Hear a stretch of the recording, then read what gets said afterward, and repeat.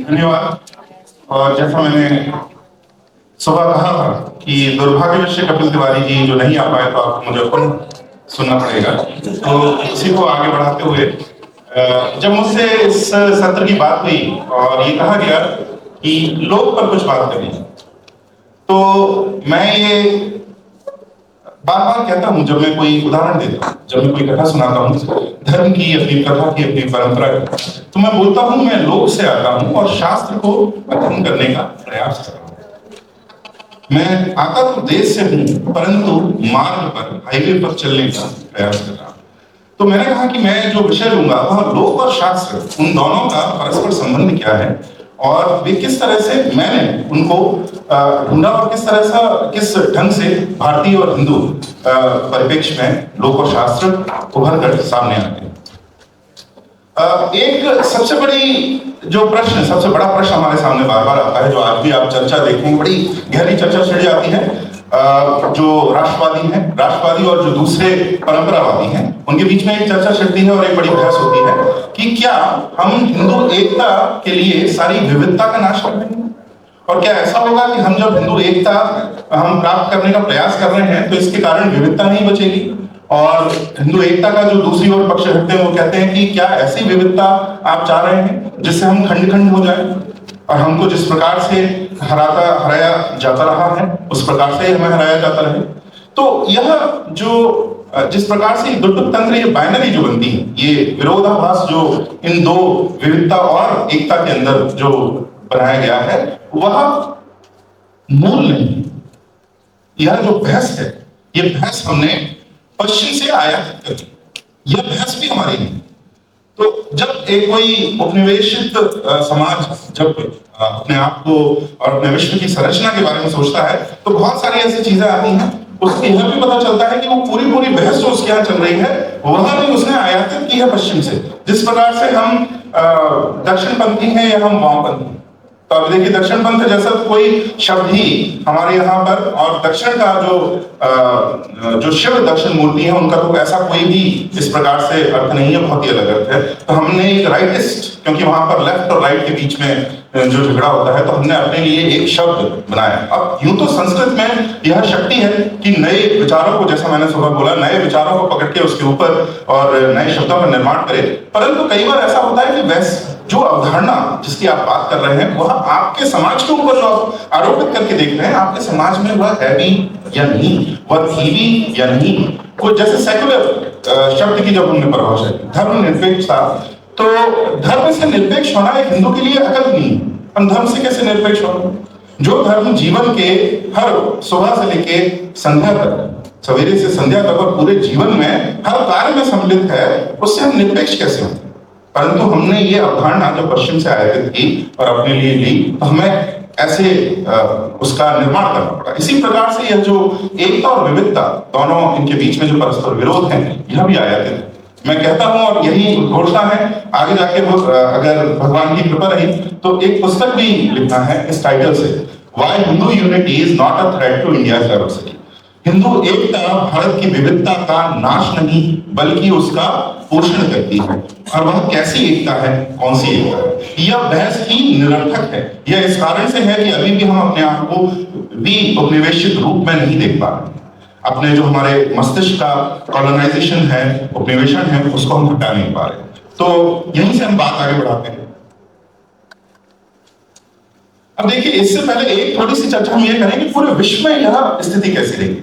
ये मैं जब कहता हूं कि हमने पश्चिम से आयातित की, तो उसका अर्थ यह है कि पश्चिम में ये समस्या बहुत बड़ी रही।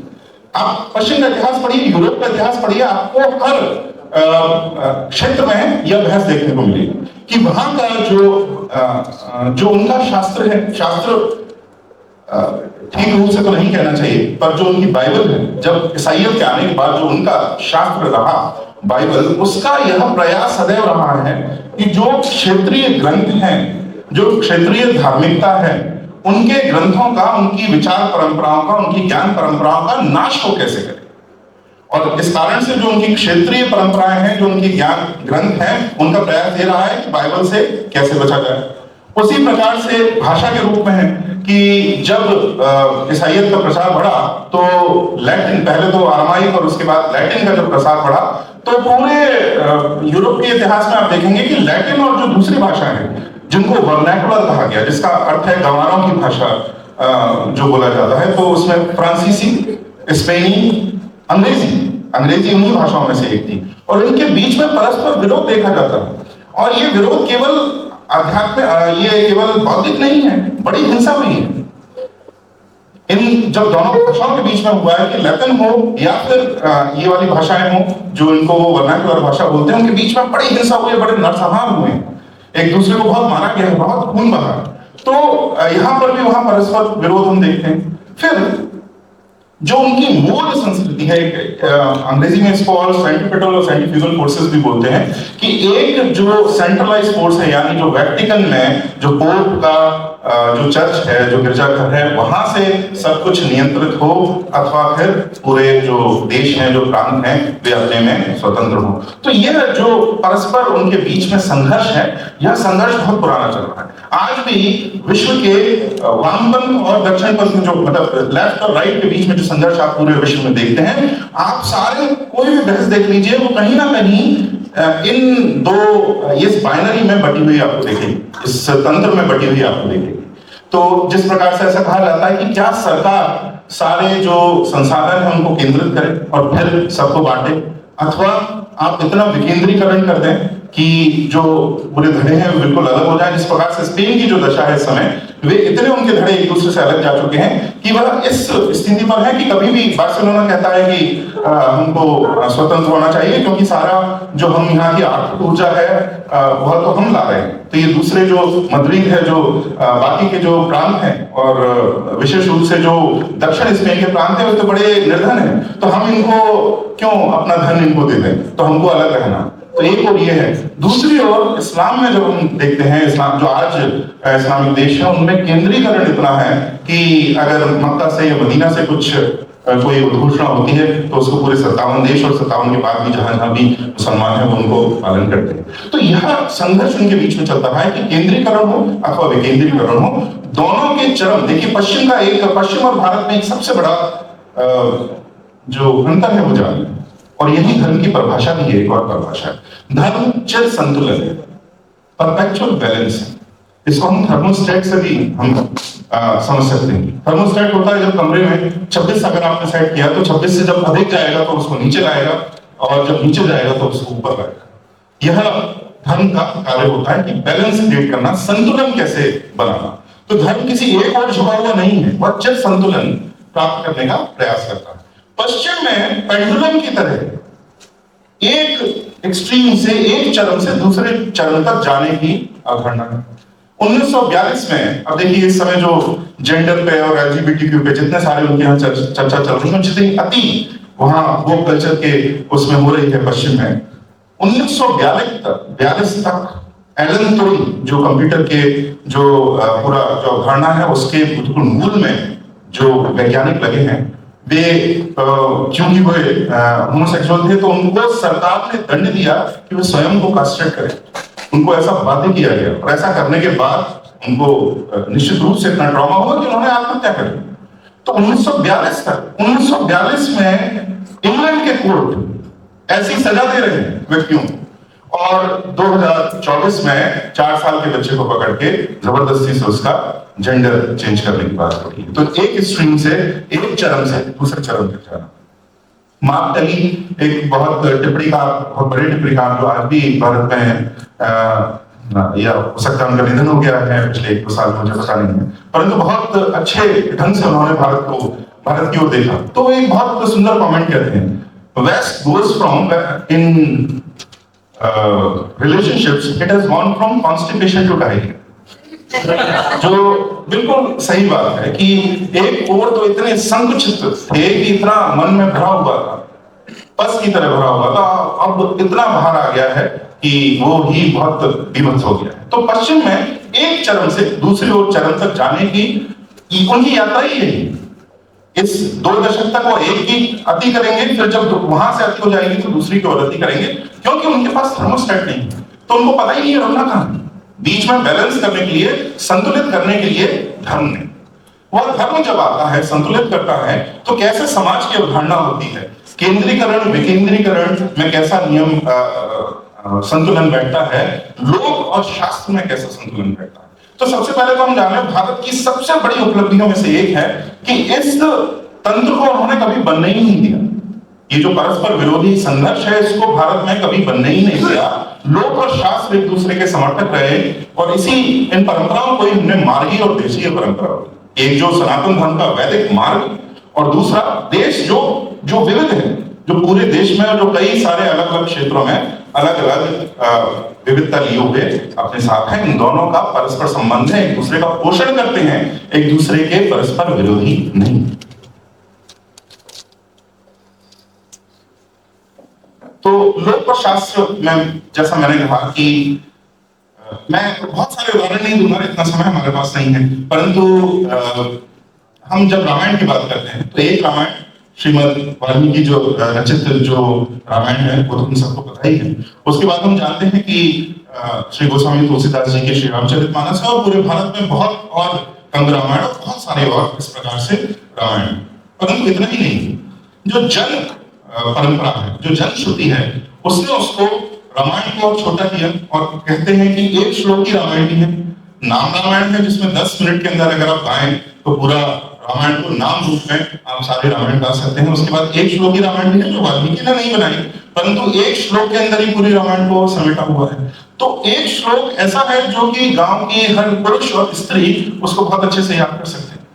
तो यह जो हमारे समाज की और हमारे धर्म की सुंदरता है कि वेदों के अंदर जो बड़ा गूढ़ ज्ञान है, उपनिषद और आरण्यक में जो बहुत गूढ़ ज्ञान है, गांव की जिसको हम अब अपनी दृष्टि से 1947 के बाद एक अनपढ़ स्त्री बोलने लगे, उसको वही ज्ञान बड़े मूल रूप में, कुछ लोकोक्तियों के रूप में वैसा ज्ञान सब कुछ होगा, उसके पास वह सिद्धांत भी होंगे। तो यह हमारे जो लोक और शास्त्री जो परस्पर उनका जो पोषण करते हैं उसकी परंपरा है। जिस प्रकार से एक पुस्तक लिखी गई है राष्ट्र तरंगिणी, जो कश्मीर की जो कथा बताते हैं, अब वह संस्कृत में लिखी गई। जैसा अगर पश्चिम में इस संघर्ष की बात करें तो वो ये सोच ही नहीं सकते कि लैटिन भाषा में आप स्पेन अथवा फ्रांस अथवा इंग्लैंड का इतिहास लिखें या उसका संवर्धन करें, उसकी जो महिमा गाएं, क्योंकि वो कहेंगे ऐसा तो हो ही नहीं सकता, ये तो फिर अंग्रेजी और उनकी भाषा ही करेगी। परंतु राष्ट्र तरंगिणी में संस्कृत में लिखे गया एक ग्रंथ है जो कि कश्मीर के इतिहास को और उसकी महिमा का गुणगान कर रहा है। तो संस्कृत भाषा जो मार्गीय भाषा है, जो वैदिक भाषा है, वह किसी एक क्षेत्र के इतिहास का संवर्धन कर रही है। तो इस प्रकार से लोक और शास्त्र एक दूसरे को पूरक है। बहुत सारे उदाहरण हैं। जब मैं गुजरात में निवास करता था, कुछ 3 से अधिक वर्षों तक वहां रहा, तो अपने जो पास के उमिया माता के मंदिर में गया तो वहां पर एक बड़ी सुंदर आरती हुआ करती थी और जिसमें संस्कृत बिल्कुल भी नहीं थी। वह ठेठ वहां की जो ग्रामीण गुजराती, जिसको वहां के गुजराती भी जो नगरीय जो गुजराती जन है वो भी इतने अच्छे से नहीं समझ पाते थे, वो शब्द नहीं जान पाते थे। और उस आरती जब आप उसका अर्थ समझें और उसको सुने तो उसमें वही मूल था जो किसी भी संस्कृत के बड़े ऊंचे स्रोत में होता है। तो यह जो भारत की परंपरा है, इस कारण से ही भारत का ज्ञान और भारत की अवधारणा भारत के हर व्यक्ति तक पहुंचाई गई। देखिए, 2 ही ढंग हैं कि आप जो एक विचार है अपना, जो केंद्रीय विचार है, उसको सब तक पहुंचाएं। एक तो एक तानाशाह हो जो जबरन बलपूर्वक अपना बल प्रयोग करके, जो सेना है उसका बल प्रयोग करके सब हर जन तक वह ज्ञान पहुंचाते। नहीं तो दूसरी परंपरा ऐसी है कि शास्त्र और लोक का विवाह कर, शास्त्रीय जो अभिव्यक्ति है, जो सिद्धांत है, वही उनको कहानियां और कथा के द्वारा लोक परंपरा में फैला के इस रूप तक ले जाए कि वह भारत के हर कोने तक पहुंचे।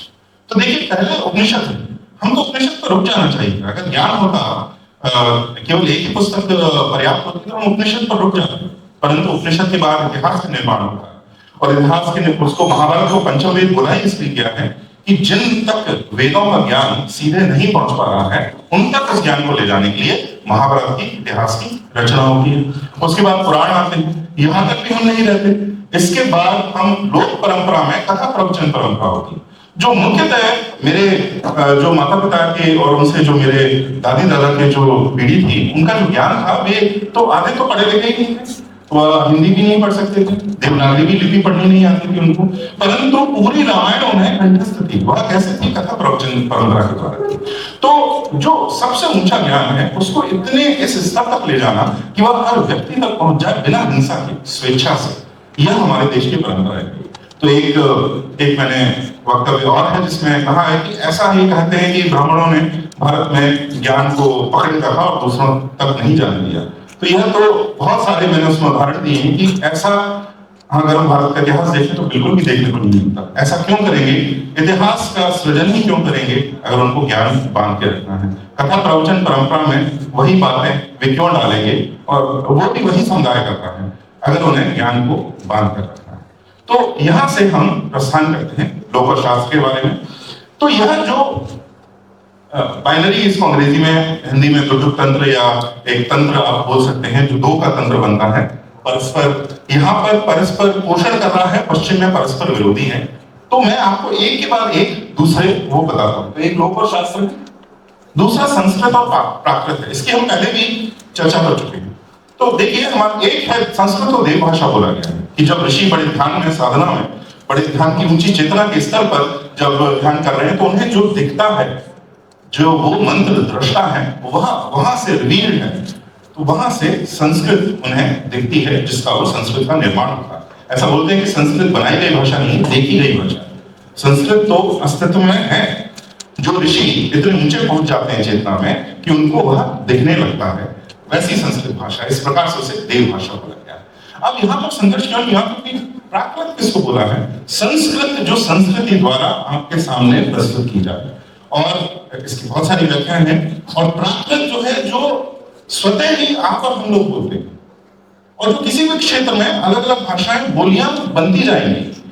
तो यहाँ पर भारत में ऐसा एक ढंग निकाला गया कि ना तो प्राकृत जो क्षेत्रीय भाषाएं हैं उनका नाश हुआ, और ना ही संस्कृत भाषा कभी, जब तक हम अपने चरम पर रहे, अपने ज्ञान और परंपरा के चरम पर रहे, ना तो संस्कृत का विघटन हुआ। तो संस्कृत ने क्या किया? देखिए, जब अगर अध्ययन करें, जब कन्नड़, तेलुगु, गुजराती जब शास्त्रीय भाषा बनी तो कैसे हुआ? शास्त्रीय भाषा का ही अर्थ है जब कोई भाषा अपनी भाषा में शास्त्र की रचना करने लगे तब वह शास्त्रीय भाषा बनती है। तो जब कन्नड़, तेलुगु, मलयालम में जब शास्त्र बनने लगे तो जो दर्शन के सिद्धांत हैं, क्योंकि एक और बड़ी गहरी बात है हमारे समाज की, हमारे दर्शन की, कि एक ऐसी वोकैबुलरी है, एक ऐसी शब्दावली है जो सारे विषयों में एक ही है। ये भी हम आगे देखेंगे। तो अगर आप कोई भी विषय पढ़ते हैं जो दर्शन की भाषा है, वही भाषा आपको बाकी सभी विषयों में देखने को, पढ़ने को मिलेगी। तो अगर आप कोई एक विषय पढ़ते हैं तो आपको बाकी सारे भी विषय बड़े अच्छे से समझ में आएंगे। तो इस प्रकार से उन्होंने दर्शन को, और जो संस्कृत में जो हिंदू दर्शन है, जो सबसे अच्छे रूप से संस्कृत में रखा गया और बनाया गया, उसको हर भाषा को दिया। तो अभी अगर आप, मैं आजकल भाग्यनगर में हूँ, तो अगर आप तेलुगु, जो मेरे साथी हैं, जब तेलुगु का वो जब किसी गीत का रूपांतरण मेरे लिए अनुवाद करते हैं हिंदी में, तो वो ये कहते हैं इस तेलुगु शब्द का ये है, मैंने कहा ये तो संस्कृत है, तो इस तेलुगु का अर्थ ये है, मैंने कहा यह भी संस्कृत है। तो क्योंकि उनके इन्फ्लेक्शंस ऐसे होते हैं, जो भाषा इस रूप से उनके शब्द, उनके वर्तनी मुड़ती है कि हमारे कानों में जब कोई दूसरी भाषा होती है तो बहुत आसानी से हमें, बहुत सरलता से समझ नहीं आती। परंतु अगर हम उसे तोड़कर, उनकी लिपि अलग है, और उसे अगर हम अपनी लिपि में पढ़ने को हमें मिले और हम उसको तोड़कर देखें तो 70 से 80% वह संस्कृत के धातु हैं, संस्कृत के शब्द हैं। तो जो मूल उनका दर्शन है वह संस्कृत से ही आ रहा है, चाहे वह तमिल हो, चाहे तेलुगु हो, चाहे गुजराती हो, चाहे पंजाबी हो। और जो वहां के जो ऐसे जीवन के जो आयाम हैं जिसमें दर्शन इतना महत्वपूर्ण नहीं है, जिस प्रकार से खाना पीना, गिनती, जैसे हमारे यहाँ गिनती 1 2 3 इस प्रकार से होती है, और लगभग सभी भाषाओं में ऐसा ही है। दक्षिण की जो चारों भाषाएं हैं उनमें गिनती बिल्कुल भिन्न है। तो यह जो है वह बिल्कुल अलग होते हैं, जो जिसमें दर्शन का काम नहीं है, दर्शन का बहुत कम काम है, वह स्थानीय भाषा उसमें बड़ी प्रबल रहती है, उनकी शब्दावली बड़ी प्रबल रहती है। जहां दर्शन की बात आती है वहां संस्कृत की शब्दावली उस भाषा को अपना दर्शन देती है। तो संस्कृत और प्राकृत ने इस रूप से एक दूसरे का पोषण किया। सभी क्षेत्र वाले संस्कृत में लिखते रहे, जब भी ज्ञान के ग्रंथों की रचना हुई तो वे संस्कृत में रचना करते रहे, चाहे वो तेलुगु प्रदेश में हो, तेनाली आंध्र जो प्रदेश अब है, जो जब तेलंगाना और आंध्र दो प्रदेश कर दिए, तो जो बाकी जो आंध्र बचा उसमें तेनाली करके एक क्षेत्र है जहां सबसे बड़ी परीक्षा होती है, तेनाली परीक्षा जिसे बोलते हैं। तो वे भी संस्कृत पर रचना करते हैं, और काशी में बैठा हुआ एक ब्राह्मण भी संस्कृत पर रचना करता है, और राजस्थान में अथवा केरला में बैठा हुआ एक व्यक्ति भी संस्कृत पर रचना करता है। तो जब ज्ञान के ग्रंथ की रचना होती है तो सब संस्कृत का संवर्धन करते हैं, और उसके साथ ही संस्कृत कभी भी उनको उन भाषाओं को दबाने का प्रयास उस संस्कृत ने नहीं किया है। हमने जब, इसलिए मैंने कहा जब सुबह हम बोले कि जब नेहरू जी ने यह प्रण लिया कि हिंदी राष्ट्रीय भाषा होना चाहिए, तो उन्होंने एक झटके में कई सारे बात किए। अगर हम संस्कृत को अपनी राष्ट्रीय भाषा कहते तो हम अपनी सारी भाषाओं को एक साथ लाते, जोड़ते, क्योंकि इन सबके दर्शन के जो धातु है वो एक है, संस्कृत में है, तो वे सारी भाषाएं निकट आती। परंतु जैसे हमने कहा हिंदी तो एक क्षेत्रीय भाषा है, संस्कृत को हमने हटा दिया, और हिंदी उस समय तक फारसी, अरबी और तुर्की से इतनी प्रभावित हो चुकी थी कि जो मूल धातु हैं वे अंग्रेजी के, फारसी, अरबी के होने लगे, जो कि उन सब भाषाओं को एक दूसरे से अलग ही करते थे। तो यह होता है जब हम अपनी परंपरा को भूलते हैं, जब हम संस्कृत और प्राकृत की भी परंपरा को भूलते हैं, तो एक दूसरे के पोषक रहेंगे। अब जो कई प्रश्न भी पूछे गए थे, एक दो प्रश्न भी जो सुबह पूछे गए थे संस्कृति और प्रकृति, तो इसके बारे में मैं एक बात कहना चाहूंगा कि देखिए, एक अगर आप में से किसी एक साईफाई जर्नल में एक फायरफ्लाई करके एक सीरीज है, मुझे नहीं लगता कि आपने देखी होगी, बहुत पुरानी है, 13 एपिसोड केवल आए थे। तो उसमें एक बड़ी सुंदर बात होती है, वहां से मैं एक घटना लेता हूं, उसके आगे कहूंगा। वहां पर जो नायक और नायिका हैं तो अपने सोलर सिस्टम से, अपने सौरमंडल से बहुत दूर कहीं, और वहां शिप के अंदर है, और शिप के अंदर जब उनके बीच में प्रेम होता है तो नायक कहता है कि यहाँ हमें विवाह करने की क्या आवश्यकता है, यहाँ तो कोई नहीं देख रहा। तो नायिका कहती है केवल इसलिए क्योंकि कोई नहीं देख रहा, इसलिए विवाह की आवश्यकता और भी अधिक है। तो यहाँ सिद्धांत है, वो कौन से सिद्धांत की बात कर रहे हैं कि संस्कृति में जो नियम है जिनको आप कहते हैं आर्बिट्ररी है, प्रकृति में तो यह नियम नहीं होते, प्रकृति में तो विवाह नहीं होता, प्रकृति में तो इस तरह की कोई बात नहीं होती। तो वो इस कारण से है क्योंकि प्रकृति के नियम हमने तोड़े हैं, और उन नियमों को पुनः स्थापित करने के लिए ही संस्कृति बड़े अच्छे रूप से सामने आती है। जब प्रकृति का नाश होना आरंभ हुआ, जब मनुष्य एक स्तर से आगे बढ़ गया, हुआ क्या है, मनुष्य के क्रमिक विकास में जब हमने तकनीकी का आविष्कार किया, और तकनीकी के आविष्कार करके हम फूड चेन में सबसे ऊपर आ गए। तो देखिए, राम मनोहर जी आयुर्वेद के बहुत बड़े विद्वान हैं, वो बड़े सुंदर बात कहते हैं कि प्रकृति में हर कोई एक समय हंटर और हंटेड दोनों है, वह शिकारी भी है और शिकार भी है। तो आप, और अगर आप शेर हैं, टॉप प्रेडेटर हैं, तो उसमें आपको, आपके ऊपर जो सीमाएं होंगी वो ये होंगी कि आप 2 ही 3 एक क्षेत्र में रह सकते हैं, और इससे अधिक आपकी जनसंख्या बढ़ती है तो इतना भोजन ही नहीं है, इतने संसाधन ही नहीं है, और उससे भी आपका जो जनसंख्या है वह सीमित रहेगी। तो इसका अर्थ क्या है कि प्रकृति के अपने कुछ नियम है, जो वित्त की हम बात करते हैं। जब मनुष्य ने तकनीकी का आविष्कार किया तो उन कई सारे रिथ को तोड़ा, कॉस्मिक रिदम्स को, नेचुरल रूल्स को तोड़ा, और पूरे आप विश्व का इतिहास देख लीजिए, जहां पहली बार मनुष्य आता है वहां, अगर आपने किसी ने प्री हिस्ट्री पढ़ा हो, जहां पहली बार मनुष्य आते हैं तो वहां बिग फौना जो कहते हैं, बड़े बड़े जो पशु हैं उनका नाश होता है सबसे पहले। तो उसके बाद, लेकिन कुछ समय बाद एक संतुलन बनता है। वह संतुलन तब बनता है जब संस्कृति प्रकृति के तोड़े गए नियमों को पुनः बांधती है, उनको सांस्कृतिक नियमों में बांधती है। यह भारत में इस सिद्धांत का सबसे प्रबल स्वरूप आपको देखने को मिलता है, जब प्रकृति के नियम को, प्रकृति का संवर्धन करते हुए आपकी संस्कृति की, ना कि प्रकृति का नाश करते हुए। पश्चिम में कल्चर की परिभाषा अगर आप कई परिभाषा में देखें तो एक ये है, by which you use the forces of technology to control nature, forces of nature for the use of man। अब इस तरह की परिभाषा दी गई। देखिए, इसमें प्रकृति को मैन और वाइल्ड, मैन वर्सेस वाइल्ड जो प्रोग्राम भी है, और इसके बाद भी पूरे उनके पश्चिम के इतिहास में प्रकृति और मनुष्य के बीच में परस्पर विरोध दिखाया गया कि कैसे मनुष्य का अर्थ है संस्कृति, और प्रकृति के बीच में कैसा विरोध है, और आप प्रकृति के को कंट्रोल कैसे करेंगे, वह तकनीकी से करेंगे, विज्ञान से करेंगे, यह आपकी दृष्टि। भारत में ठीक इसका उल्टा, प्रकृति का संवर्धन संस्कृति ने किया, और संस्कृति से ही प्रकृति भी बची रही। उसका एक बहुत सुंदर उदाहरण, बहुत सारे उदाहरण हैं, मैं चूंकि मंदिर का अध्ययन करता हूँ तो मंदिर में यह बहुत सुंदर स्पष्ट रूप से देखने को मिलता है। आप सब में से हिमाचल में डलहौजी कितने लोग हैं? खजियार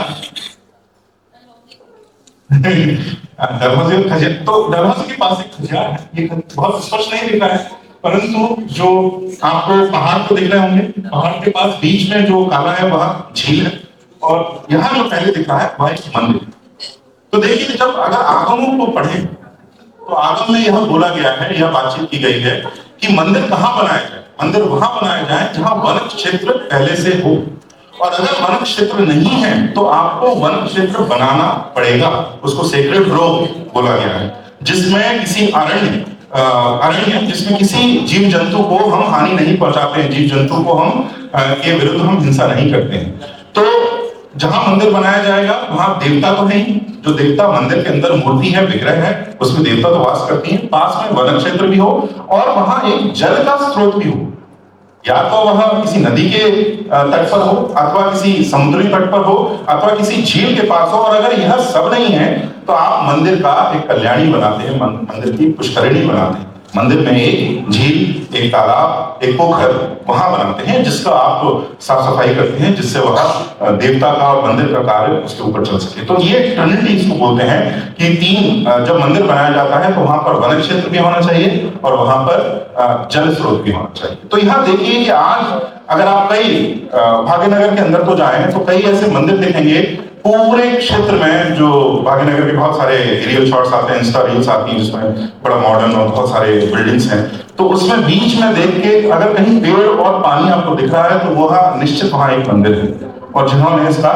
संवर्धन किया है। तो इस मंदिर में आपको बहुत स्पष्ट रूप से यह दिखता है कि जो पत्थर से बनाया गया मंदिर है वह तो संस्कृति का क्रिएशन है, उसका सृजन है, परंतु इसने प्रकृति का भी साथ में संवर्धन किया है। यह आपको, मेरे पास इतना समय नहीं, अवकाश नहीं है कि मैं और भी बिंदुओं में जाऊं, परंतु यह जो अवधारणा है वो हर स्तर पर मिलती है। तो यहाँ पर भी जहां वहां प्रकृति और संस्कृति के बीच में परस्पर विरोध है और संघर्ष है, हिंसा है, हमारे यहाँ प्रकृति का संवर्धन संस्कृति करती है, ना कि उसका नाश करती है।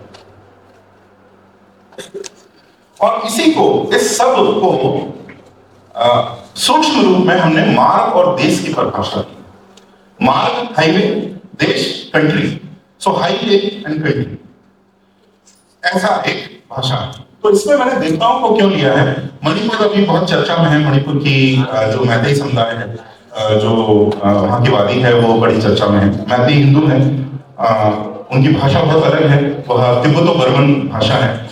और जब मैं पहली बार जब इम्फाल गया, जब उनके समुदाय से मिला, उनके कई लोगों के इंटरव्यू लिए और उनके घरों में भी रहा, तो देखा कि हर घर में उनके यहाँ अखंबा करके एक जो देवता है और एक और देवता है, उनकी विष्णु है, शिव है, और साथ में उनके जो क्षेत्रीय स्थानीय देवता हैं उनके भी मंदिर।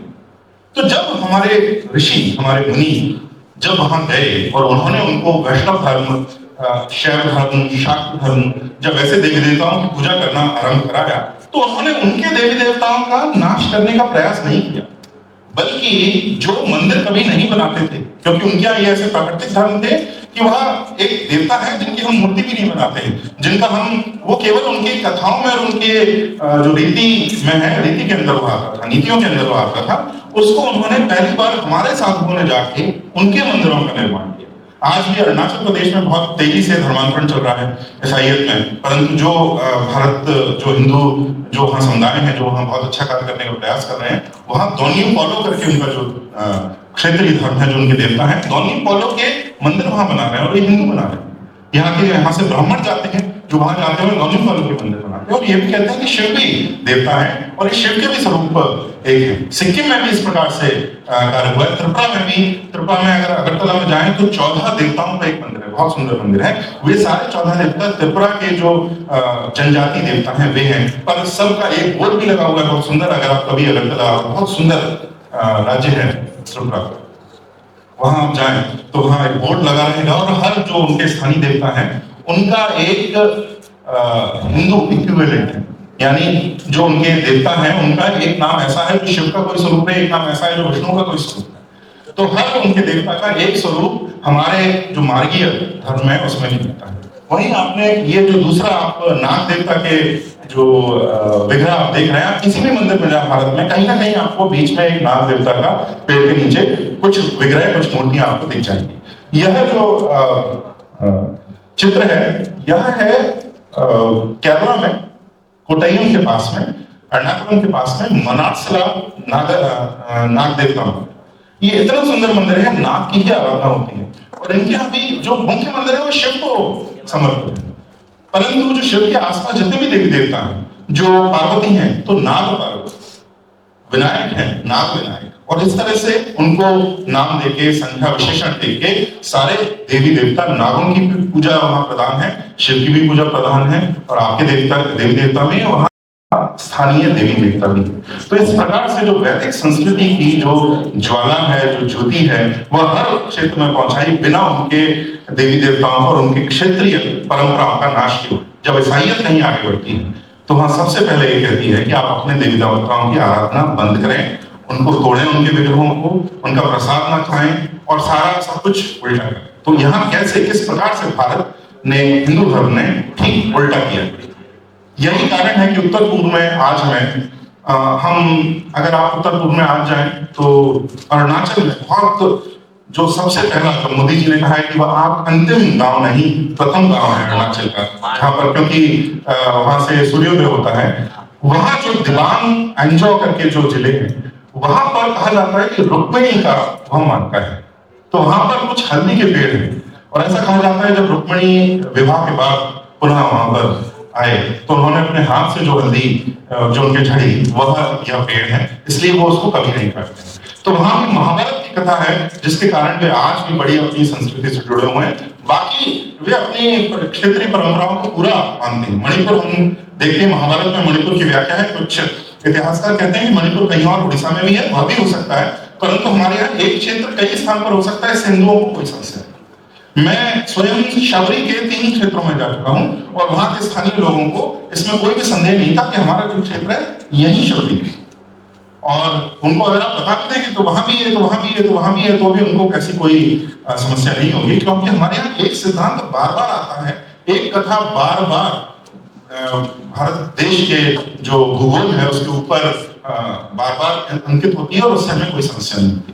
जब मैं पहली बार चंबा गया तो चंबा में मणिमहेश कैलाश के दर्शन होते हैं, जब भरमौर से आप मणिमहेश कैलाश के दर्शन करते हैं। तो जब ड्राइवर मेरा मुझे ले जा रहा था, उससे कहा कि जब अगले मोड़ पे आप मुड़ेंगे तो कैलाश दर्शन होंगे। तो मुझे पता ही नहीं था उसमें, तो मैंने कहा कैलाश दर्शन होंगे, मैं इतना दूर आ गए क्या, हम चाइना पास में आ गए, कैलाश दर्शन कैसे होंगे। तो मैंने एक प्रश्न पूछा कि असली कैलाश, तो उसने मेरी ओर ऐसे देखा इस प्रकार से कि कितना मूर्ख है, ये असली कैलाश और नकली कैलाश कैसा होता है, बोले कैलाश तो कैलाश होता है। तो देखिए उसके मन में ये एक so called scholar, university educated scholar के मन में जिस प्रकार के मूर्खतापूर्ण प्रश्न आए हैं, क्योंकि हमारे मन में एक कथा में एक ही स्थान रह सकता है, एक हिंदू के मन में, एक प्रैक्टिस हिंदू के मन में एक कथा में कई स्थान हो सकते हैं, कोई समस्या नहीं। तो इस प्रकार से भारत के जो इतिहास है, उनकी परंपरा है, उनकी पौराणिक कहानियां हैं, उससे पूरे भारत को सेक्युलराइज किया गया, उसको पवित्र किया गया। कांचीपुरम काशी के ऊपर है, मदुरई मथुरा के ऊपर है। थाईलैंड की राजधानी एक दशक से पहले अयोध्या हुआ करती थी। अयोध्या अभी भी वर्ल्ड हेरिटेज साइट है। बैंकॉक अगर आप जाते हैं तो उससे 40 किलोमीटर दूर अयोध्या है, जो अभी भी पूरा नगर है। श्याम के ऊपर है। म्यांमार से पहले जो उनका नाम था बर्मा व ब्रह्मा के ऊपर था। और इसी प्रकार से अन्नाम और बहुत सारे जो दक्षिण पूर्व एशिया में जो जितने भी जो देश हैं, उनमें आपको इस प्रकार से बहुत सारे मिल जाएंगे। एक पूर्ण बहुत छोटा सा देश है, पूरी तरह इस्लामिक है। अब ब्रुनेई की जो राजधानी है उसका नाम है बंदर श्री भगवान, तो उसको बंदर श्री भगवान भी उनके भाषा में थोड़ा अलग हो गया है। तो बंदर श्री भगवान अभी भी इरियन जय इंडोनेशिया का एक राज्य है, उसका जो राजधानी है उसका नाम है जयपुर।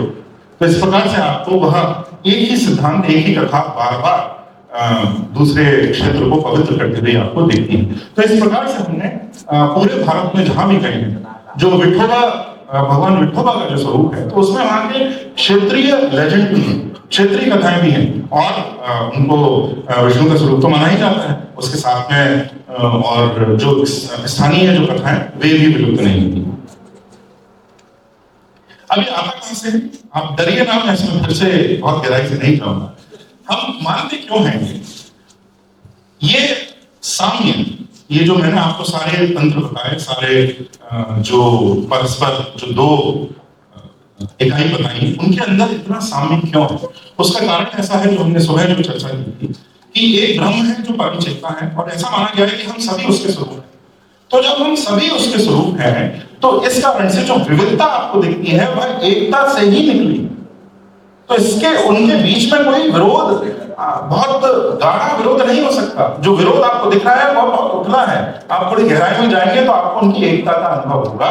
तो जिस प्रकार से आत्मा, हर व्यक्ति जब ज्ञान से अपने आप को ब्रह्म की अनुभूति होती है, उसी प्रकार से विविधता में अगर आप उनके सिद्धांत को देखें, भारत के हर प्रांत में जाकर उनकी क्षेत्रीय कथाओं में, उनके देवी देवताओं में, उनके भोजन में, जब आप उनके सिद्धांतों को देखेंगे तो वही सिद्धांत पाएंगे जो आपके शास्त्रों में, जो आपके वेदों में जो सिद्धांत दिए हैं। तो यहाँ पर सिद्धांत और अभिव्यक्ति की का ऐक्य है। जिस प्रकार से पुरुष और प्रकृति, जैसा मैंने नेचर और कल्चर बोला, संस्कृति और प्रकृति, प्राकृत और संस्कृत, उसी प्रकार से पुरुष को सिद्धांत के रूप में माना गया यहाँ पर, और प्रकृति को मैनिफेस्टेशन, अभिव्यक्ति, और वह एक ही जड़ से आए हैं, इसलिए उनके बीच में कोई बहुत बड़ा विरोध नहीं हो सकता। वे दोनों एक दूसरे के पूरक ही हैं। इस अवधारणा पर ही भारत आगे बढ़ा है। मंदिर के दर्शन में यहाँ आपको दिखता है बहुत सुंदर रूप से। यहाँ कंदरी महादेव है, मध्य प्रदेश में ही जो खजुराहो है। मैं समझता हूँ कि उत्तर भारतीय नागर शैली में सबसे सुंदर एक इकाई अगर किसी कोई गढ़ी गई है जो बची है, जो आक्रमणों में नहीं नाश हुए संपूर्ण था, तो वह कंदरी महादेव जो खजुराहो में जो मंदिर है अभी वो दिख रहा है। शिव को समर्पित यह मंदिर है और बहुत ही बड़ा है। आप अगर यहाँ खड़े होंगे, उसका जो साइज है, जो आकार है, तो जो नीचे का पत्थर दिख रहा है, उसमें सबसे नीचे के दो बैंड दिख रहे हैं, इतने ही ऊंचे आते हैं। बहुत बड़ा मंदिर है। अगर कोई खजुराहो गया हो तो उसको जी बिल्कुल इसका पता होगा। अब देखिए, मंदिर का जो दर्शन है, आप जब दर्शन करते हैं तो कौन सी प्रक्रिया होती है, किसको दर्शन कहा जाता है? और इससे पहले मैं बता दूं कि हमारी हिंदू फिलॉसफी को हिंदी में क्या बोलते हैं? दर्शन। और वही शब्द मंदिर में जब आप जाते हैं, देवता का दर्शन करते हैं, तो भी वही है। ये फिलॉसफी नहीं है, फलसफा नहीं है। फलसफा इस कारण से नहीं है, ये वो कल्पना नहीं है जो आपका मस्तिष्क कर रहा है। दर्शन का अर्थ ही है जो आप देखते हैं। ध्यान साधना में चेतना के ऊंचे स्तर तक जब आप जाते हैं तो जो देखते हैं उसको बोला जाता है दर्शन। और इसी प्रकार से मंदिर में भी जब आप अंदर जाते हैं, गर्भगृह के सामने खड़े होते हैं, तो उसको दर्शन बोला जाता है। अब इस दर्शन की प्रक्रिया क्या है? देखिए, सबसे ऊपर यहाँ नहीं दिखेगा, परंतु मंदिर के सबसे ऊपर आमलक के ऊपर एक कलश होता है। आज भी आप किसी भी मंदिर में जाएंगे, ऊपर कलश होता है। उस कलश के अंदर, वह कलश ठोस नहीं है, वह कलश खोखला है अंदर से। उसके अंदर एक खाट जैसी रखी हुई है और उस पर नवग्रह है। वो नवग्रह चेतना का बीज माना जाता है। और ऐसा ही कलश, ये तो सबको दिख रहा है, वो ऊपर है, ऐसा ही एक कलश गर्भगृह में, विग्रह जो है, मूर्ति है, मूर्ति के नीचे अंडरग्राउंड भी एक कलश है, जो ठीक उसी लाइन में है, उसी सीध में है। उसके अंदर भी ऐसे एक बीज है, नवग्रह रखे हुए। ऐसा माना गया है जो भूमि के नीचे जो कलश है, उसमें व्यक्तिगत चेतना, जो उस देवता की चेतना, वो वहां पर रहती है। और ऊपर जो कलश है, वहां से परम चेतना, जो सुप्रीम कॉन्शियसनेस है, वह नीचे उतरती है। तो जब कोई अर्चक अर्चना करता है, भगवान की आराधना करता है, जब मंत्र पढ़ता है, तो ऊपर से शक्ति का डिसेंट होता है, नीचे से शक्ति का एसेंट होता है। और इसी प्रक्रिया जो विग्रह में मिलती है, मूर्ति में मिलती है, उसी प्रक्रिया को आप दर्शन करें। तो यह जो प्रक्रिया चलती है, इसमें भी आप आत्मा और ब्रह्म की बात करें, नीचे अगर आत्मा है तो ऊपर ब्रह्म।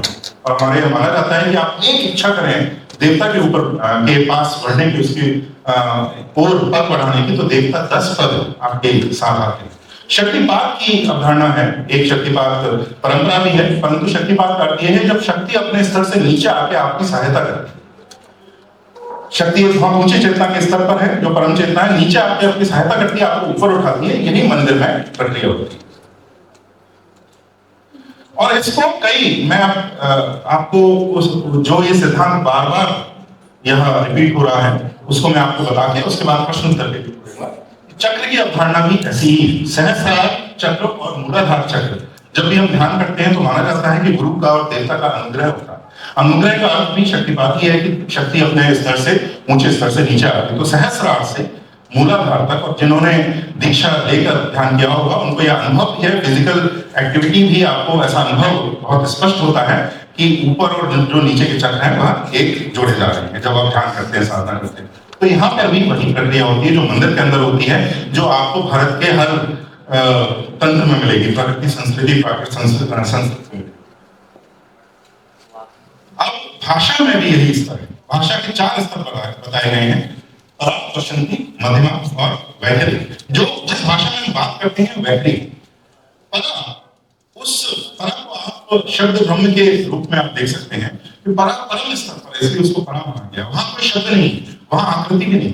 जब परा के बाद प्रशंति आता है तब पहली बार आकृति आती है, कोई पहला विचार आता है। वह ये दृश्य नहीं, वह कोई और दृश्य है, परंतु दृश्य आता है। उसके बाद मध्यमा में कुछ सिद्धांत बनते हैं। जब आप मुख से बोलते हैं तब वह वैखरी बनती है, तब तक उसका स्तर बड़ा नीचे आ चुका है। तो सत्य वैखरी में पूर्णतः नहीं बताया जा सकता। इसलिए देखिए, एक सबसे बड़ी एक बात है, बाइबल का क्लेम है और कुरान का क्लेम है कि सत्य को हमने लिख दिया, अब आप पढ़ लो, आपको ज्ञान हो जाएगा। अगर ऐसा होता तो नरेंद्र मोदी जी जबरदस्ती सेना को भेज के सबको हमको जबरदस्ती किताबें पढ़वा देते, हम सब ज्ञानी हो जाते, पर ऐसा तो आज तक हुआ नहीं। यह ज्ञान अनुभव की बात बताई गई है, इसको हर किसी को स्वयं ही अनुभव करना पड़ेगा। पढ़ने से क्या नहीं आता, पढ़ने से आपको पथ का पता चलता है, थोड़ा सा निर्देशन मिलता है, और उसके बाद आप स्वयं ही इस पथ पर अग्रसर आगे बढ़ सकते हैं। तो भाषा के रूप में भी आपको इसी सिद्धांत की परा से ऊपर से डिसेंट ऑफ कॉन्शियसनेस होता है, शक्ति का बात होता है, जो नीचे वैखरी तक आता है। उसके बाद कोश भी, जो कोश की अवधारणा है उपनिषदों में, वह भी यही है कि जो हमारा सबसे स्थूल शरीर है वह अन्नमय कोश है, जो हम जो ये भोजन करते हैं, और सबसे जो सूक्ष्म शरीर है वह आनंदमय कोश है। वह आत्मा के स्तर पर है, जो आनंदमय कोश है वहां से ही बाकी सारे कोशों का निर्धारण होता है। और इसी रूप में यहाँ मैं अंतिम बात कहूंगा, जो इसका why Hindu unity is not a threat to India diversity, उसकी मैं बात करूँ।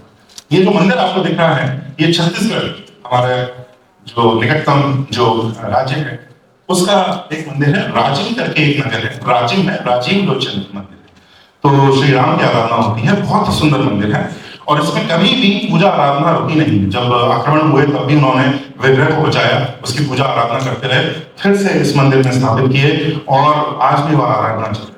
तो जब मैं गया मुझे पता भी नहीं, और छत्तीसगढ़ इतना सुंदर प्रदेश है कि बाहर वालों को शायद ये कल्पना भी नहीं कि वह कितना सुंदर प्रदेश है। जब पहली बार जाते हैं तब आपको उससे एक पहले दृश्य में ही प्रेम होता है। तो यह राजिम में मैं गया, और जिस दिन मैं गया वहां बहुत बड़ा मेला लगा हुआ था।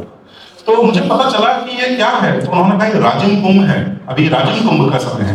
तो इस कुंभ का मैंने नाम ही नहीं सुना। जो 4 कुंभ होते हैं, जो पूर्ण कुंभ होते हैं और आधे कुंभ होते हैं, उनमें उस सूची में इसका नाम भी नहीं है। और वहां पर कम से कम 3-3.5 लाख लोग वहां उपस्थित थे। राजिम कुंभ, जिसका हमने नाम उस क्षेत्र, उस राज्य के बाहर नहीं सुना। अब यहाँ पर राजिम कुंभ के साथ रामोत्सव भी हो रहा है। तो मैंने कहा ये क्या है, तो बोले जब से ये आंदोलन चला है, राम जन्मभूमि का आंदोलन चला है, तो रामोत्सव हर छत्तीसगढ़ के कई नगरों में आ गया है, और उसके कारण, रामोत्सव के कारण, जो बाकी मंदिर हैं, बाकी देवी देवता हैं, उनकी पूजा में भी बड़ी वृद्धि हुई है, उनके संप्रदाय में भी बड़ी वृद्धि हुई। तो देखिए यहाँ एक उदाहरण है कि राम चेतना ऐसी चेतना है जो सबको एक करती है। देखिए हमारे समाज का इतिहास, जो स्वतंत्र भारत का इतिहास भी ऐसा कि एक समय 1970-75 में इतना गहरा, इतना डार्क आया जब मंडल राजनीति जब आने लगी और हिंदू समाज को एक छोटे छोटे टुकड़े में तोड़ा जाने लगा। तब जब राम जन्मभूमि का आंदोलन आया तो उसने सारी हमारे जो क्लेश हैं, जो हमारे परस्पर संघर्ष, उन सबको एक झटके से समाप्त करके हम सबको राम चेतना में एक कर दिया। आज जब 22 जनवरी को भी जब प्राण प्रतिष्ठा हुई तो हमने यह सब देखा कि चाहे वो कोई भी हो, कितना भी आधुनिक हो, कितना भी पारंपरिक हो, किसी भी क्षेत्र से हो। मैंने पहली बार केरला में राम राम कहते हुए फोन उठाया और राम राम कह रहे लोग, ऐसे ये बात सुनी। तो ये क्षेत्रीय, भाषाई, बाकी सारे जो विविधता है उसको पार करके उसका नाश नहीं करते हुए वह विविधता है यहाँ राजन। वह जो कुंभ हो रहा है, शिव की आराधना, एक शिव मंदिर है वहां, वहां पर वो कुंभ शिव के नाम से होता है। तो उस कुंभ का और उसको पोषण कर रहा है श्री राम चेतना। तो वो विविधता को नाश नहीं कर रहा, पर सारी विविधता से ऊपर उठ के हम सबको एक सूत्रता में बांध रहा है। तो ऐसी एकता जो है, जो हमारे अध्यात्म और धर्म के सिद्धांत के मूलभूत सिद्धांत पर जाती है, जो हमारे देवी देवताओं के रूप में जो हमें एक करती है, वह एकता किसी विविधता का नाश नहीं करती। तो जो चिंता हमें है कि हमारी विविधता का क्या होगा, यह हमें चिंता नहीं होनी चाहिए। जब हम ऐसी एकता की बात करते हैं जो श्री राम चेतना पर आधारित हो, श्री कृष्ण चेतना पर आधारित हो, शिव चेतना पर आधारित हो, तो वह विविधता का नाश नहीं करेगी, उसका पोषण करेगी। तो हिंदुओं को हिंदू एकता और विविधता में से किसी एक को चुनने की आवश्यकता नहीं है। हम दोनों एक साथ और संपूर्ण रूप से रख सकते हैं, पूर्ण विविधता और पूर्ण एकता में। जो नारा में दिया गया है बिल्कुल गलत है, यूनिटी इन डाइवर्सिटी नहीं, डाइवर्सिटी इन यूनिटी है। एकता मूल है, विविधता उसका ही है। तो इस कारण से हमें डरना नहीं चाहिए। देवता आधारित, धर्म आधारित एकता हमें पूरी प्राप्त करनी चाहिए। उससे हमारी विविधता का संवर्धन होगा, नाश नहीं होगा। इतना कह के मैं यहाँ पर विराम देता हूँ। इसके बाद आपके जो भी प्रश्न है आप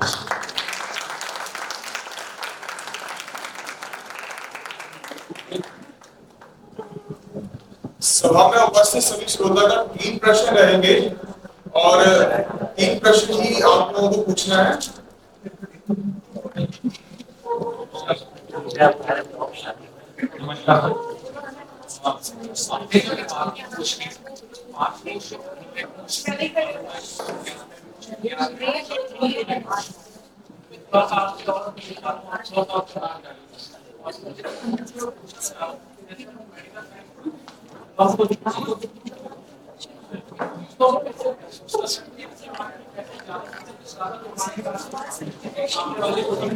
जी, तो देखिए, इसमें बहुत गहराई से मेरे लिए जाना इसलिए संभव नहीं है, क्योंकि बहुत अच्छे रूप से कोश की बात मेरे ख्याल से, अगर मैं गलत नहीं, तैत्तरीय उपनिषद के अंदर जो पूरी अवधारणा है बड़े स्पष्ट रूप से तैत्तरीय उपनिषद में है। आप जाके पढ़ेंगे, बड़ी सरल भाषा, संस्कृत का हिंदी या अथवा अंग्रेजी रूपांतरण पढ़ेंगे, बहुत स्पष्ट रूप से आपको समझ में आएगा। चेन्नई मिशन ने उसके ऊपर हर उपनिषद अलग से निकाला, उनकी व्याख्या स्वामी चिन्मयानंद जी ने उसकी व्याख्या भी की है, तो आपको व्याख्या भी साथ मिलेगी, बहुत स्पष्ट रूप से आपको समझ में आएगा। दूसरा आपका प्रश्न क्या था?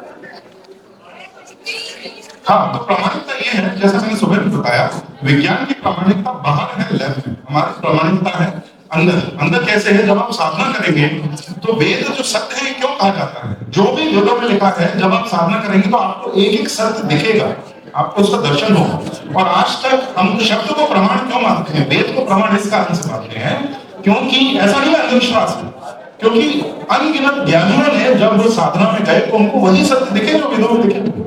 वेदों में कुछ पहले सिद्धांत का प्रतिपादन नहीं हुआ, पहले अभिव्यक्ति है, पहले अनुभूति है, अनुभूति के ऊपर वो सिद्धांतों को उन्होंने वेदों में लिखा हुआ। तो इस प्रकार से उसका प्रूफ है, परंतु वो वैज्ञानिक प्रूफ अलग है, क्योंकि वो सृष्टि का अनुसंधान कर रहे हैं। हम संसार का अनुसंधान नहीं कर रहे, हम आत्मा का अनुसंधान कर रहे हैं, उसकी लैब अलग है। आगे 3 प्रश्न आपको। मेरा प्रश्न सुबह जो आपने बोला उससे रिलेटेड है, क्वेश्चन पूछ सकते हैं। एक की जैसे अभी राम जन्मभूमि की बात की, तो वो एक ड्राइविंग फोर्स का हमारे लिए एकता और विविधता के बीच में सामंजस्य लाने की। एक जो मुझे लगता है जो हो सकता है वो गौ से रिलेटेड है, बट उसमें भी कहते हैं कि ट्राइबल जो नॉर्थ ईस्टर्न स्टेट्स है और केरला के कुछ क्षेत्र उसमें प्रॉब्लम है। तो क्या आज के युग में मतलब आज के दिन में वो गौ हत्या और गौ से रिलेटेड वो ड्राइविंग फोर्स क्या बन सकता है हमारे लिए? बिल्कुल बन सकता है। और उसके अलावा और क्या हमारे पास ऐसी? देखिए, सबसे जो सरल ढंग है वह यह है कि एक के बाद एक जो अभी चर्चा भी चल रही है कि हम क्या एक मंदिर के बाद रुक जाएं या मथुरा और काशी के बाद रुक जाएं, तो जो उत्तर आया है कि ऐसा अगर हमने श्री राम मंदिर को पुनः प्राप्त किया जिस सिद्धांत से, तो उस सिद्धांत से हम 3 के बाद रोकने का कोई औचित्य नहीं बचता।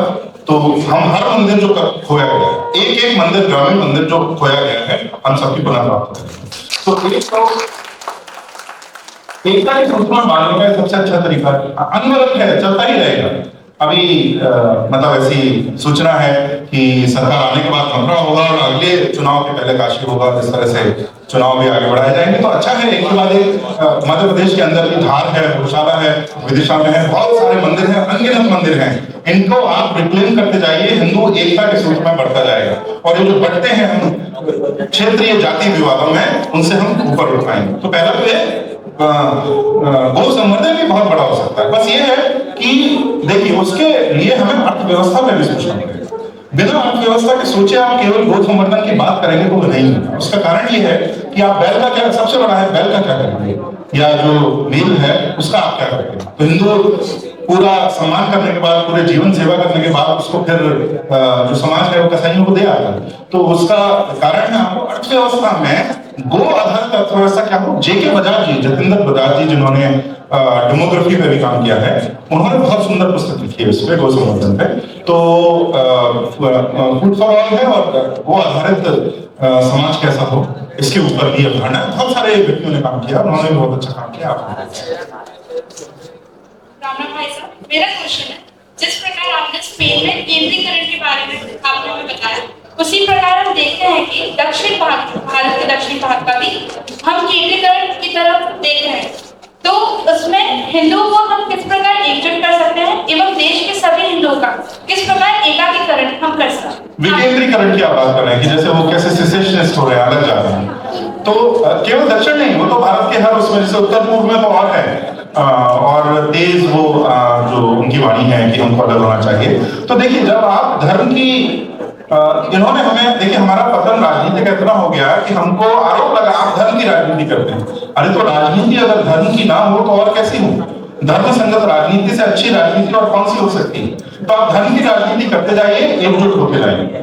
जो अण्णामलई जब आए हैं, मैं तो चाहता हूं कि मैं अपने जीवन में उनको प्रधानमंत्री बनते हुए देखना चाहता हूं। जब वे बनेंगे तो ये जो द्रविड़ आंदोलन का जो जहर है, जो विष है, वह वहां से निकल जाएगा। संस्कृत को हमारी राष्ट्रीय भाषा घोषित करके हिंदी को हटाकर, और इसमें हमें ये फॉल्स प्राइड नहीं होनी चाहिए। हिंदी का संवर्धन करें ना, उसको संस्कृत गम्य करें, हिंदी में बोलना सीखें, हिंदी में बातचीत करना सीखें, शुद्ध हिंदी में बातचीत करने का प्रयास करो, हिंदी को उत्कृष्ट स्तर तक ले जाए। परंतु उसको राष्ट्रभाषा घोषित करने की कोई आवश्यकता नहीं है। उसके स्थान पर संस्कृत करें, जिसका विरोध बहुत कम हो पाएगा। हिंदी का विरोध जितना होता है, संस्कृत का विरोध बहुत कम। तमिलनाडु के बाहर तो होना बहुत ही कम संभव है। तमिलनाडु में थोड़ी कुछ पार्टी जब तक डीएमके रहती है तब तक होगा, उसके बाद वहां भी वह विरोध समाप्त हो जाए। तो एक करने के बहुत सारे ऐसे ढंग हैं। हम गाय पर, हालांकि वो कहते हैं कि ये काउ पॉलिटिक्स नहीं इनको अलग किया है, परंतु वो अलग नहीं किया है, वो ठीक उल्टा बोल रहे हैं। जो ये राहुल गांधी चिल्लाते रहते हैं देश को बांट रहे हैं। मोदी जो संघ है वो तो उनको यूनाइट कर रहा है। उनको हिंदुओं को बांटना है और हिंदुओं की एक या दो जाति को मुसलमानों के साथ जोड़ना है। हमारा जो लक्ष्य है, संघ का लक्ष्य है कि सब हिंदुओं को एक करना है। तो वो लक्ष्य होगा तो देश पूरा एक साथ होगा।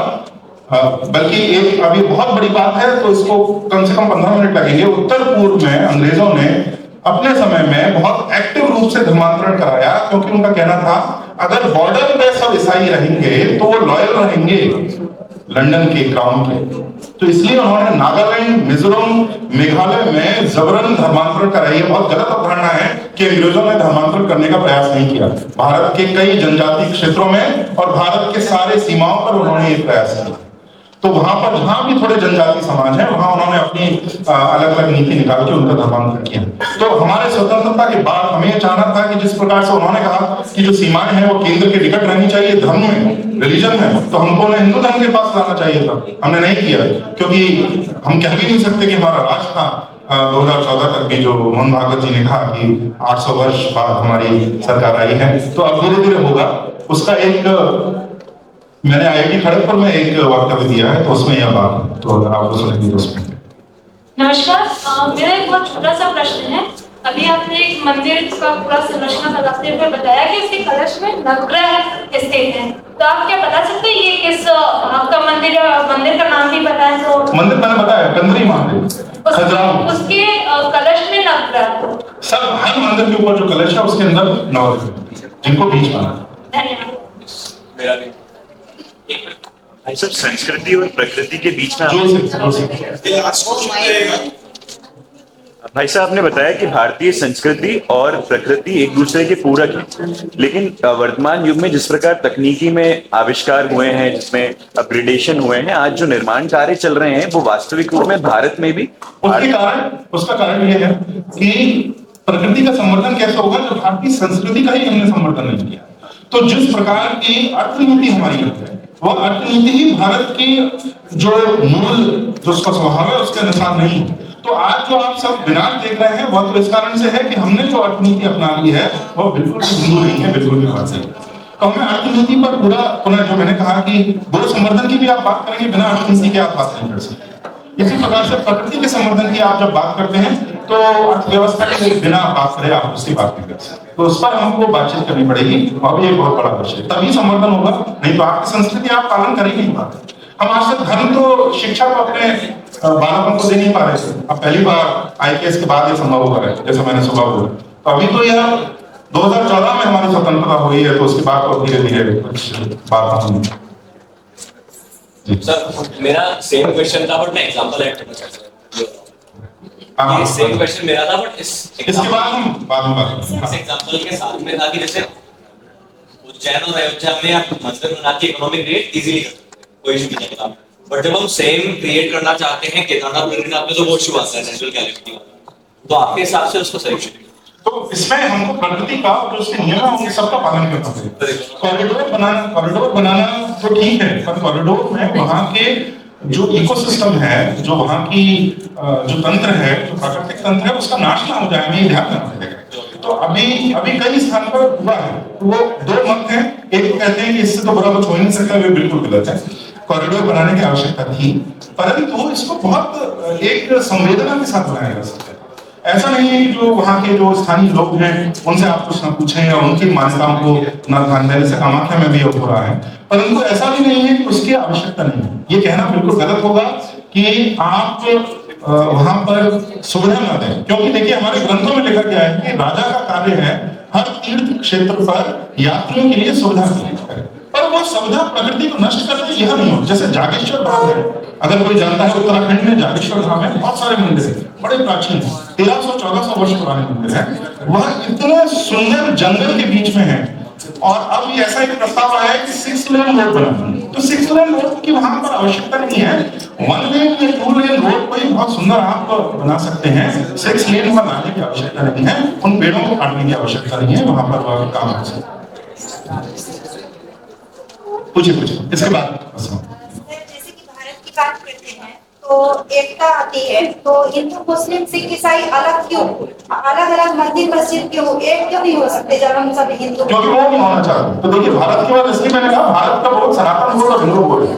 तो जो मुस्लिम सिख एक अलग बात है, वो तो जबरदस्ती उनको सारे में लाके अलग करने का प्रयास किया गया है, परंतु जो मुस्लिम और जो इस्लाम और ईसाइयत है वे साथ में होना ही नहीं चाहते। इस्लाम की घोषणा है या इलाहा इल्लल्लाह मोहम्मद रसूलुल्लाह, कि अल्लाह भी एक ही और उनका एक पैगंबर भी एक ही। जब आपने ये कह दिया तो राम की और कृष्ण की, उनको तो वो डेविल मानते हैं कि ये तो शैतान है। जो ईसाई जब धर्मांतरण करते हैं तो ये कहते हैं कि आपके अंदर से शिव नामक विष्णु नामक शैतान को निकाला जाए।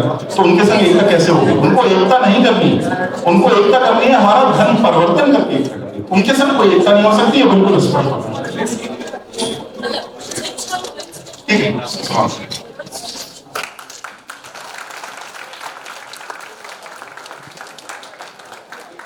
आदरणीय सर, आपका बहुत बहुत